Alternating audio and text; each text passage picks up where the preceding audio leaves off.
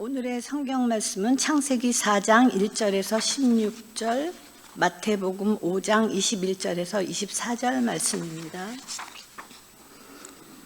아담이 아내 하와와 잠자리 했다. 하와가 아이를 가져 가인을 낳고는 내가 여호와의 도움으로 산의 아이를 얻었구나 하고 말했다.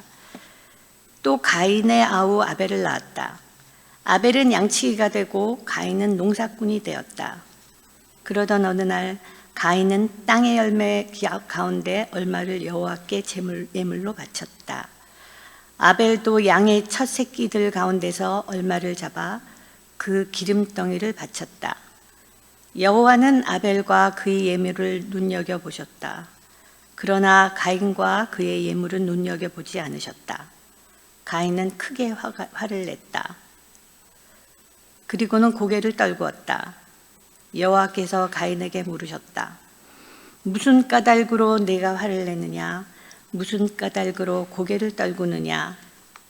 내가 행동을 잘한다면 고개를 들 수 있지 않겠느냐? 그러나 행동을 잘하지 못한다면 죄가 문 앞에 숨어 기다리고 있다. 너에게로 죄의 욕구가 향하고 있더라도 넌 이겨내야 해. 가인이 자기 아우 아벨에게 나가자고 했다. 들에 이르자 가인은 자기 아우 아벨에게 달려들어 그를 때려 죽였다. 여호와께서 가인에게 물으셨다. 너의 아우 아벨은 어디 있느냐? 가인이 대답했다. 몰라요. 제가 뭐 아우를 지키는 사람인가요? 여호와께서 말씀하셨다. 내가 무슨 짓을 한 거냐? 들어보아라. 내 아우의 피가 땅에서부터 나에게 소리치고 있구나. 이제 너는 땅에서부터 저주를 받았다. 땅이 입을 벌려 내 아우의 피를 너희 손에서부터 받아 마셨구나. 내가 땅을 갈아도 땅이 너에게 열매를 더는 내주지 않을 것이다. 너는 땅에서 이리저리 떠돌아다녀야 할 것이다. 가인이 여호와께 아뢰었다. 제가 받을 벌이 너무 무거워 참아낼 수가 없군요. 오늘 당장 땅 위에서 저를 내쫓으시는군요. 저로서는 주님의 얼굴을 피해 땅에서 이리저리 떠돌아다닐 텐데 절 만나는 사람마다 저를 때려 죽이려 들겠지요. 여호와께서 말씀하셨다. 그렇지 않다. 가인을 죽이는 사람은 누구든 7배로 안갚음을 당할 것이다. 여호와께서는 가인에게 표를 하나 해두어 만나는 사람이 누구든 그를 쳐 죽이지 못하게 하셨다. 가인은 여호와 앞에서 물러나 에덴 동쪽 놋 땅에서 살았다. 여러분은 들었습니다. 옛 조상들에게 말씀하시기를 사람을 죽이지 마라. 사람을 죽이는 사람은 누구든 그 책임으로 심판대에 끌려갈 것이다 하셨죠. 그러나 나는 여러분에게 말합니다. 자기 형제 자매에게 분노하는 사람마다 그 책임으로 심판대에 끌려갈 것입니다. 자기 형제에게 바보라고 말하는 사람은 누구든 그 책임으로 유대의 최고의회에 끌려갈 것입니다. 또 멍청이라고 말하는 사람은 누구든 그 책임으로 지옥불 속에 던져질 것입니다. 그러므로 예물을 제단에 가져다 바치다가 거기서 무엇인가 그대에게 맺힌 것이 있는 형제자매가 생각난다고 합시다. 그러면 거기 제단 앞에 그대 예물을 그대로 두고 먼저 가서 그대의 형제자매와 화해하세요. 그리고 와서 그때 그대의 예물을 가져다 바치세요. 아멘. 제가 오래전에는 이렇게 설교를 하잖아요. 그러면 우리 교인 아닌 분들을 만나면은 이런 질문을 받았습니다. 그때는 요즘같이 뭐 유튜브가 있던 세상이 아니니까 이렇게 이 설교 한 원고를 전문을 인쇄해가지고 이렇게 마켓 뭐 미장원 이런 데 갖다 놓고 그랬었어요. 뭐 별거 다 있습니다. 그리고 테이블 만들어가지고 테이블 또 그렇게 갖다 놓기도 하고 테이프의 시대가 끝나니까 CD를 만들어서 CD로 갖다 놓기도 하고 뭐 그렇게 했었습니다. 그러니까 그 덕분에 알게 된 사람들도 있고 어쨌든 그랬어요. 근데 우리 교인이 아닌 분이 저를 만나면은 가장 많이 들었던 질문이 이겁니다. 목사님의 설교를 목사님 교인들은 다 이해를 하십니까? 이렇게 묻더라고요. 그래서 저는 뭐 당연한 거 아닌가? 가만히들 계시니까 다 이해하니까 가만히 계신다고 생각하고 그렇게 생각했어요. 그래도 옛날 이제 설교 컴퓨터 안에 다 저장이 돼 있으니까 이렇게 보면은 야, 정말 딱딱하기가 짝이 없구나. 재미없기가 짝이 없구나 하는 생각이 듭니다. 그때 우리 교인들은 이 재미없는 얘기를 듣고 계셨네, 그런 생각을 합니다. 요즘은 그때보다 좀 나아졌죠, 확실히. 그렇죠? 좀 나아졌죠. 근데 문제는 뭐냐 하면 나이가 먹으니까 노파심이 자꾸 생겨가지고 자꾸 이어서 연속 설교를 하는데 지난주에 했던 내용을 다 기억하실까? 또 반복해야 되는 거 아니야? 이런 생각을 합니다. 그래서 잔뜩 써왔어요. 제가 지난주에 했던 거를 얘기하려고 써왔는데 안 하렵니다. 이게 이 노파심을 없애야 되는데 딱 두 가지만 말씀드릴게요. 종교가 죽음, 기독교를 포함해서 종교가 죽음의 문제를 푸는 어떤 인간의 노력이라고 얘기했는데 성경에 처음 등장하는 죽음은 death가 아니라 murder라고 그랬어요. 살인입니다. 그러니까 아담, 하와, 가인, 아벨이 죽기 전에 죽였어요. 형이 동생을 죽인 겁니다. 부모가 살아있는데 죽인 거예요. 그렇게 처음 등장하는 죽음은 살인입니다. 자연사가 아니라 살인이에요. 근데 아직까지 종교는 이 점에 집중하지 않고 관심을 가지지 않고 이 인간의 실존적인 문제인 죽음의 문제를 어떻게 해결할까? 그래서 기독교가 내놓은 대답이 두 가지죠. 영혼 불면과 부활입니다. 영혼은 죽지 않는다. 그 다음에 죽은 사람도 부활한다. 예수님이 부활한 것처럼 그렇게 한다. 이 두 가지는 서로 결이 다른 얘기입니다. 그런데 둘을 다 기독교는 짬뽕을 시켰어요. 영혼 불멸도 얘기하고 부활도 얘기합니다. 둘 중에 하나만 해야 맞는 거예요. 그거 하나고, 그 다음에 두 번째로 뭘 얘기했냐면은 예수님이 6번째 계명 살인하지 말라라는 계명을 얘기하면서 제사 문제를 얘기했어요. 예물을 드리러 가다가 형제 자매가 뭐 맺힌 게 있으면은 그 제물을 제단 앞에 두고 누가 훔쳐갈 거 걱정하지 말고 제단 앞에 두고 가서 먼저 맺힌 걸 풀고 오라고 그렇게 얘기하셨는데 그때 저는 예수님의 마음속에 들어가 보진 않았지만 분명히 가인 아벨 얘기를 생각하고 하신 말씀이다 이렇게 생각해요. 살인 얘기를 하다가 예물 바치는 얘기를 하고 예물을 바치기 전에 먼저 화해하고 와라 이렇게 말씀하셨으니까 그 얘기를 염두에 두고 하셨다고 저는 생각하는 겁니다. 사람이 신에게 혹은 신들에게 제물을 바치는 행위의 역사는 굉장히 오래됐습니다. 구약 성경의 역사는 기껏 해봐야 뭐 지금부터 한 4,000년을 넘지 않아요. 아브라함의 기원전한 1700년 사람이고 지금 이 뭐 아담 하와 이거는 언제인지 모르는 시대잖아요. 뭐 6,000년이라고 창조과학자들은 얘기하지만 그건 말도 안 되는 소리고 언제인지 모르고 이걸 쓴 사람들도 그 시기를 언제쯤이라는 것을 염두에 두지 않고 쓴 겁니다. 그런 이야기예요. 근데 적어도 우리 인간은 수만 년 혹은 수십만 년 전부터 자기들이 믿는 신에게 제물을 바쳐왔습니다.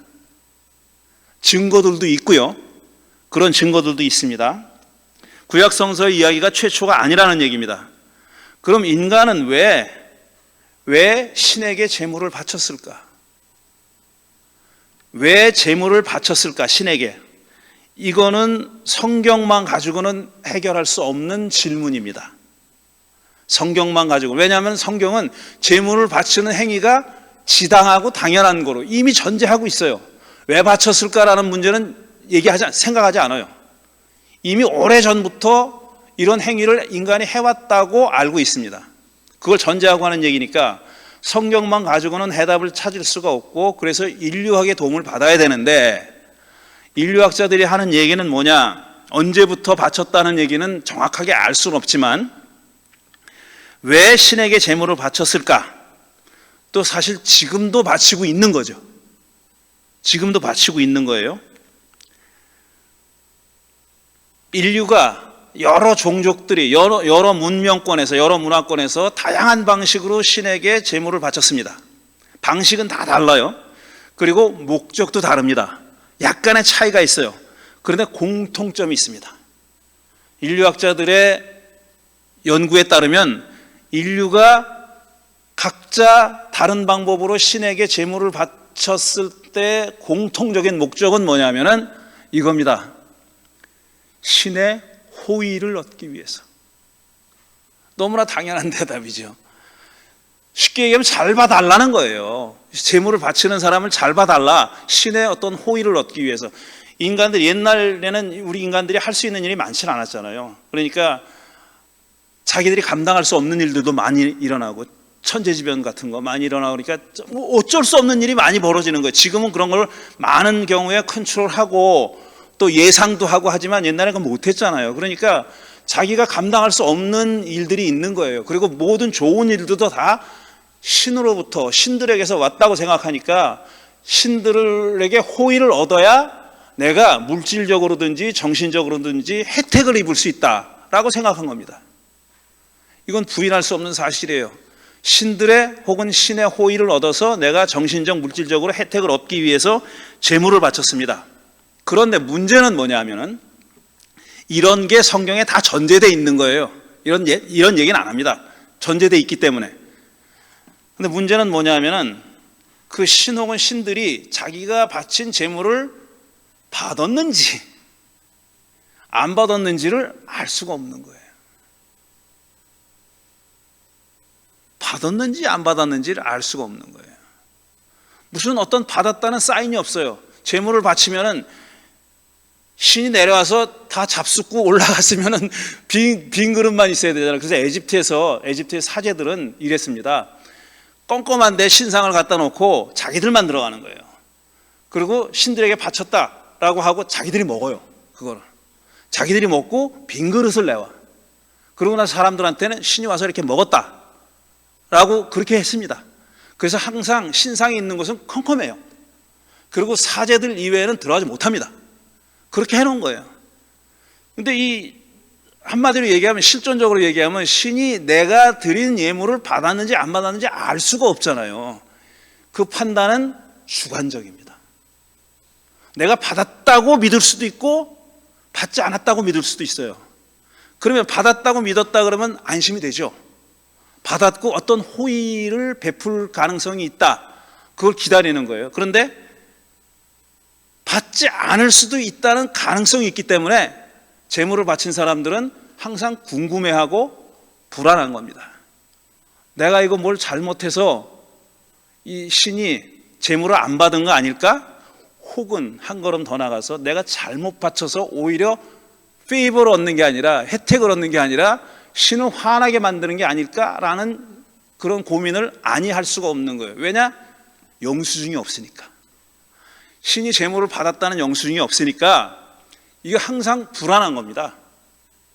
받았다는 느낌이 들어도 그것도 미심쩍고 받지 않았다는 느낌이 들면 더 불안하고 이런 게 있는 거예요. 그런데 우리 성경은 에덴 동산에서부터 지금 어떻게 이야기가 전개되고 있느냐? 사람하고 신하고 대화를 해요. 그러니까 알 수 있는 거예요. 에덴 동산에서는 나중에라도 이 아담과 하와가 선악과를 따먹었다는 걸 하나님이 알잖아요.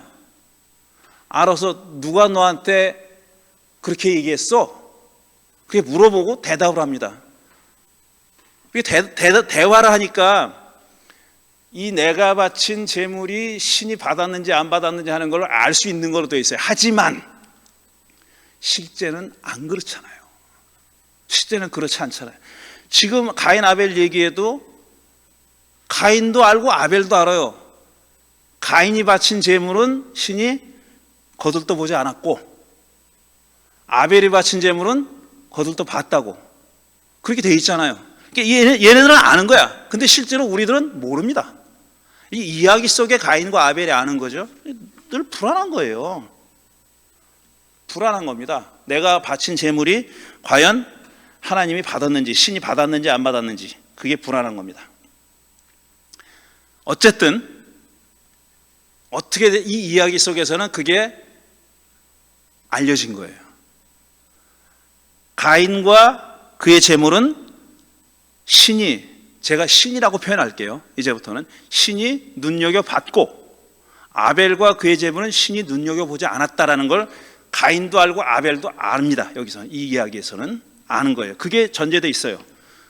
그럼 뭐냐면은 이 눈여겨봤다는 말이 무슨 뜻인지 불분명하다고 지난주에 말씀드렸어요. 리가드, 영어로 리가드라고 번역을 한 그 동사가, 히브리 동사가 무슨 뜻인지, 눈여겨봤다는 게 또 눈여겨보지 않았다는 게 무슨 뜻인지 애매하다, 무슨 뜻인지 잘 모른다, 아직까지 현대인들은 모른다라고 말씀드렸고, 그 의미가 불분명하지만 분명한 사실은 뭐냐면은 이 두 사람이 바친 제물을 달리 받아들여진 겁니다. 똑같이 받아들여진 게 아니라 달리 받아들여졌고 차이가 발생한 거예요. 차이 혹은 차별이 생긴 겁니다. 한 사람과 그 사람이 받은 제물은 눈여겨봤고 다른 사람과 다른 사람이 바친 제물은 눈여겨보지 않았으니까 차이가 생긴 거예요. 형제가 바친 제물인데 차이가 발생했어요. 근데 생각해보면 농부가 바친 제물이 당연히 곡식이죠. 뭐 가인은 농사꾼이라 그랬으니까 그 사람이 바칠 수 있는 제물은 곡식인 거예요. 그리고 아벨은 목동이었습니다. 그러니까 양의 기름덩어리를 바쳤다는 겁니다. 양을 또 고기를 바쳤다라고 기름덩어리를 바쳤다 보니까 육식을 좋아하는 신이 특히 지방을 좋아하셨는지 모르겠지만 어쨌든 기름덩이를 바쳤는데 그건 눈여겨봤다 그랬어요. 차이가 생겼어요. 무엇이 이 차이를 만들었을까를 사람들이 생각하지 않을 수가 없죠. 제가 지금 인류학적으로 생각하는 거예요.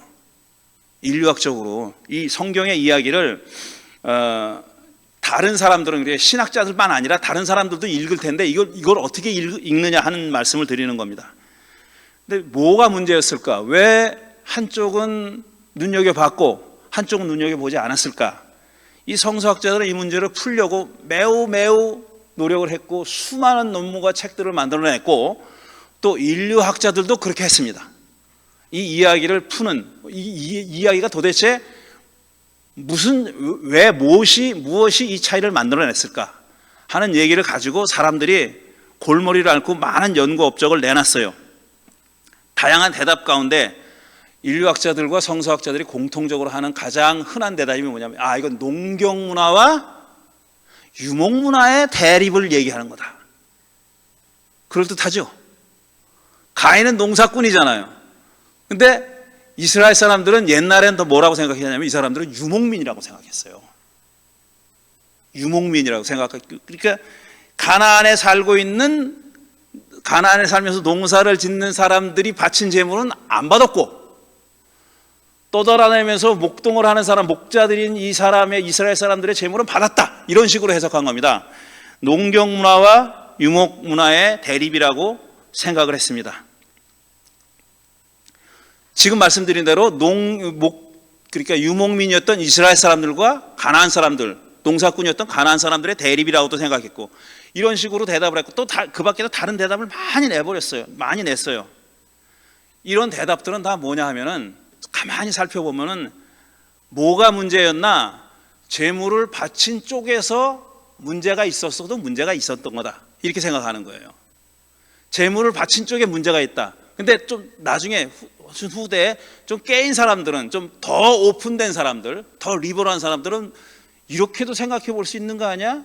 제물 바친 사람의 문제가 아니라 제물을 받는 신 쪽에서 어떤 문제가 있었던 거 아니야?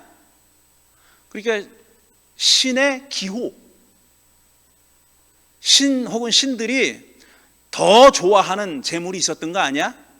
라는 생각도 하게 됐어요. 그래서 이 열린 신학자들은 뭐라고 아주 사실은 하나마나한 그런 대답을 내놨냐면 이 신이 절대적으로 자유하신 분이기 때문에 신이 하는 일에 대해서 뭐 이렇다 저렇다 이러쿵저러쿵 말할 게 없다. 그냥 신이 자유를 행사한 거다. 신은 그러니까 채식보다는 육식을 더 좋아하는 거다. 이렇게 얘기하면 욕먹어요. 근데 신이 곡식보다는 양을 더 좋아한 거다. 이렇게 얘기한다고. 그건 뭐 누가 잘못을 따지는 게 아니라 신의 기호고 신의 기호라 그러면 또 욕먹으니까 신의 자유다. 이렇게 설명을 했습니다. 근데 이렇게 얘기하는 사람이 욕을 먹었죠. 신이 문제가 있다고 얘기하는 거니까. 이건 바친 놈이 문제가 있다고 얘기해야 신을 보호하는 게 되는데 신이 문제가 또 얘기해 버리면은 이상한 놈이네라고 얘기하게 되는 거죠. 한마디로 얘기하면 답이 없는 거예요. 아직까지 왜 가인과 그의 재물은 눈여겨보지 않았고 아벨과 그의 재물은 눈여겨봤는지 답을 못 찾는 겁니다.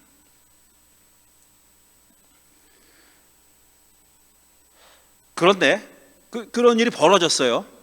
그런 일이 벌어졌어. 그러니까 가인과 그의 재물은 눈여겨보지 않았어요. 그러면 가만히 생각해 보세요. 여러분이 가인이다 그러면 왜 안 받았을까 이렇게 물어야 되잖아요. 내가 뭐 잘못한 게 있나? 자기 잘못이라면은 논리적으로 그렇지 않냐 이거죠. 왜 신이 내 재물은 안 받았을까? 그걸 자기 자신한테 물어보든지 신한테 물어봐야 되는 거잖아요. 안 묻습니다. 이 친구는 왜라는 질문을 하지 않아요. 하나님 왜 제 재물은 눈여겨보지 않으셨어요? 라고 묻지 않아요. 그러니까 신도 대답하지 않아요. 네 재물은 이래저래해서 문제가 있었어 라고 대답하지 않습니다. 그러니까 제가 하고 싶은 얘기는 뭐냐면 이 사단이 벌어졌는데 왜라는 질문을 아무도 안 한다 이거예요. 아무도 안 합니다. 왜라는 질문을 하지 않고 대신 가인은 어떤 태도를 보이느냐? 화를 내요. 화가 나서 크게 화가 나서 고개를 떨어뜨렸다 그랬어요. 이게 자신과 자신의 재물을 눈여겨보지 않은 하나님의 행위에 대한 가인의 반응입니다. 질문하지 않고 대신 화를 내고 그 다음에 고개를 떨어뜨렸다 그랬어요. 그런데 고개를 떨어뜨리는 행위가 뭘 뜻하는지는 또 알 수가 없어요. 근데 짐작을 해보면은 화가 나긴 났는데 화를 낼 수는 없고 그러니까 어떤 일종의 앙심을 품고 있는 게 아닐까? 적어도 부끄러움은 아닙니다. 부끄러움은 아니에요. 자기의 재물이 거들떠 보여지지 않았다고 해서 부끄럽게 여긴 건 아니에요. 첫사람은 자기가 선악과를 따먹고 부끄러워서 가렸다 그랬잖아요. 이건 얘기가 달라요. 이 친구는 부끄러워하지 않고 화를 냅니다. 화를 내고 고개를 떨어뜨렸다 그랬어요. 근데 가만히 또 따져봅시다. 얘는 왜 화가 났을까? 두 가지 대답이 가능해요. 일단 친히 자기 재물을 거들떠보지 않아서 화를 낼 수 있어요. 나는 정성껏 바쳤는데 왜 신이 거들떠보지 않아? 그러면서 화가 날 수 있죠. 근데 자기만 재물을 바쳤다면은 거기서 끝날 수 있어요. 근데 아벨도 바쳤잖아요. 자기 동생도 바쳤는데 그건 또 눈여겨보셨다 그랬거든.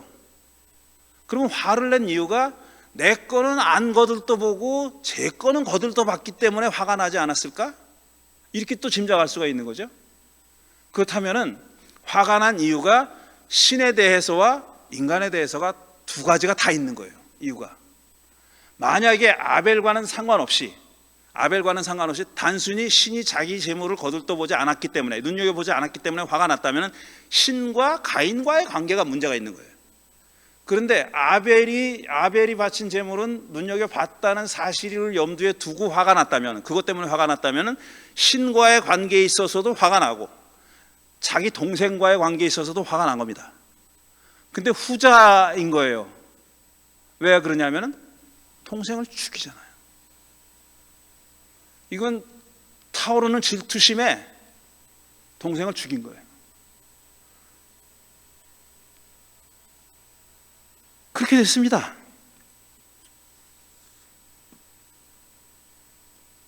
그런데 여기서 우리가 또 잊지 말아야 될 점이 뭐냐면은 그러면 이제 관계가 완전히 끝장난 것처럼 보이잖아요.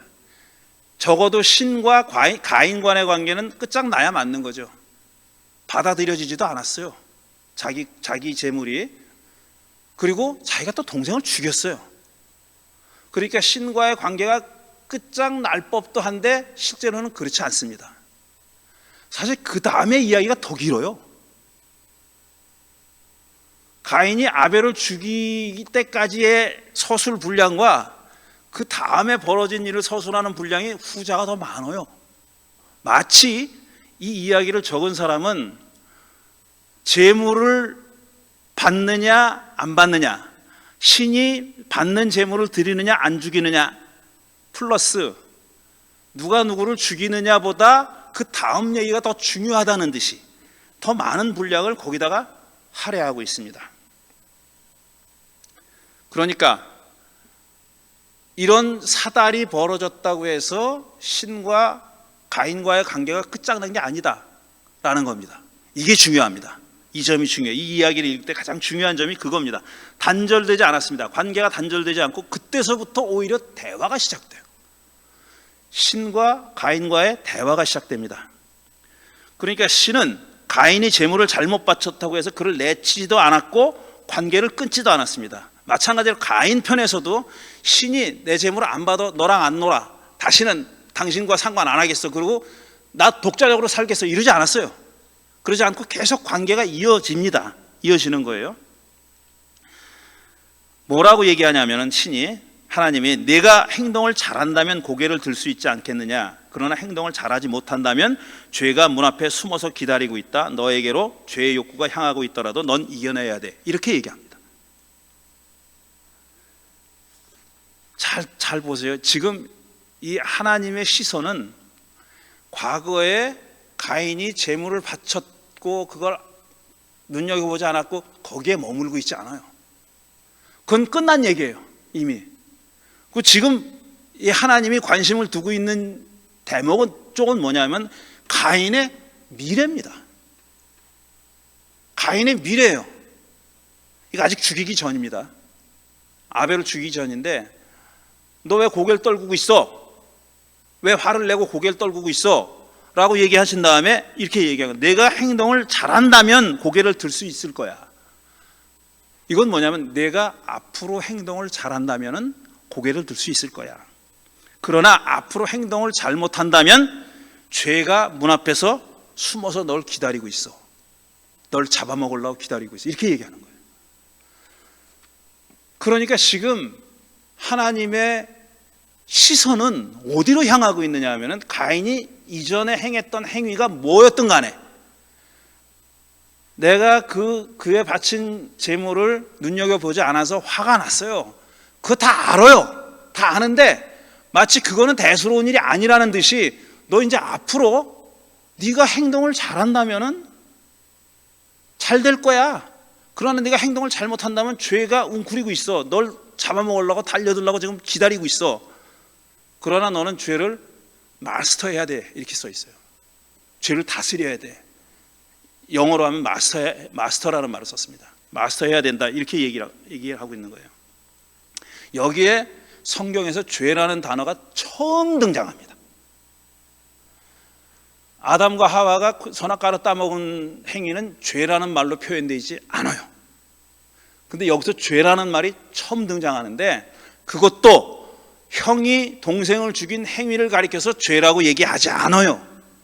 그런 행위를 하기 전이지만, 그러니까 잘못된 재물을 바친 것을 죄라고 얘기하지 않아요.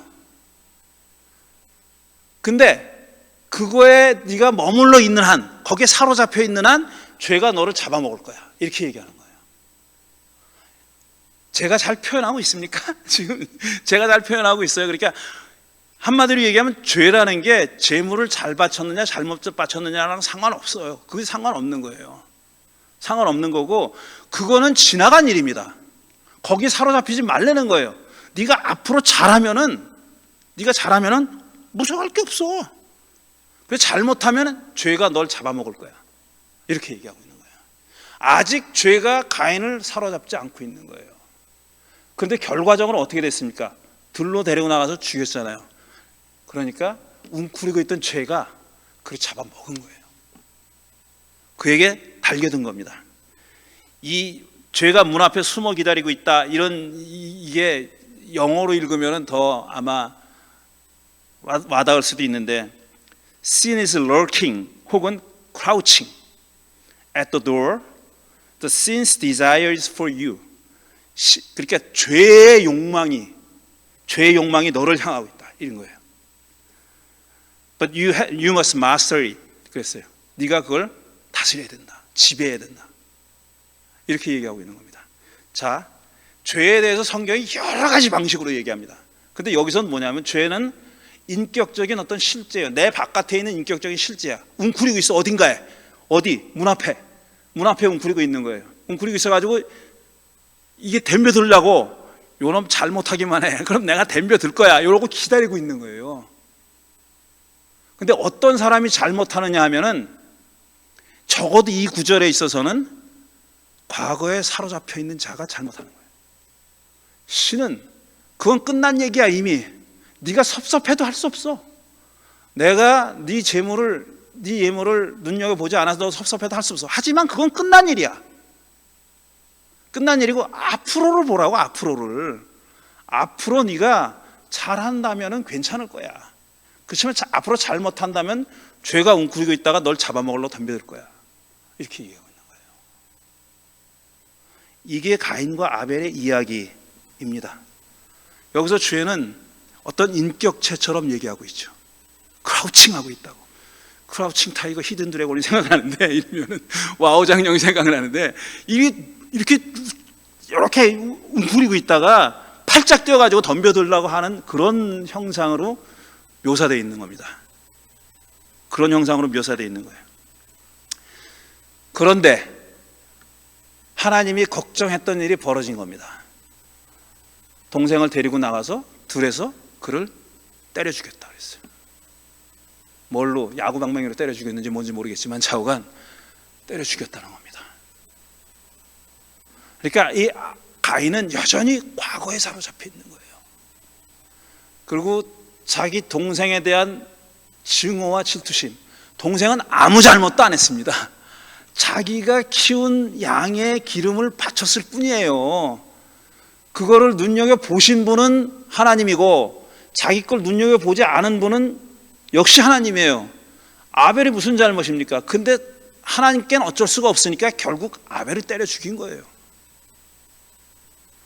그리고 우리 인류에게 던지는 아담아 내가 어디 있느냐라는 질문 그 다음에 중요한 몇천 년이 지난 지금까지도 혹은 몇천 년이 지난 후대까지도 중요한 의미를 가지고 있는 질문을 합니다. 네 동생 아벨이 어디 있느냐? 아담아 내가 어디 있느냐라고 물었을 때는 신이 당신과의 관계에서 질문한 겁니다. 너 지금 나와의 관계에서 어디 있어? 너 지금 어디쯤 가고 있어? 나와 이 연에서 관계에서 너 어디 있는 거야? 라고 물어보는 거예요. 근데 지금 이 질문은 뭐냐? 네 아우 아벨은 어디냐? 너희들끼리는 지금 어디서 있는 거야 지금? 사람들과의 관계를 묻는 겁니다. 어디 있어? 뭐 어떤 관계를 맺고 살아가고 있어? 라고 묻는 질문이죠. 그런데 이 질문에 뭐라고 대답합니까? 몰라요. 제가 뭐 아우를 지키는 사람입니까? 이렇게 물어봐요. 너무나도 아픈 질문, 아픈 대답이에요. 아마 신의 마음이 찢어졌을 겁니다. 내가 얘네들을 만들어놨는데, 잘 조화롭게 사이좋게 살라고 만들어놨는데, 그것도 인간관계에서 가장 가깝다고 하는 형제간의 살인이 벌어졌어요. 그리고 나서 형이 한다는 말이 내가 아우를 지키는 자입니까? 이렇게 얘기한 거예요. 아무 상관도 없다는 듯이, 마치 걔가 죽건 말건 나는 아무 상관도 없다는 듯이 그렇게 대답한 거예요.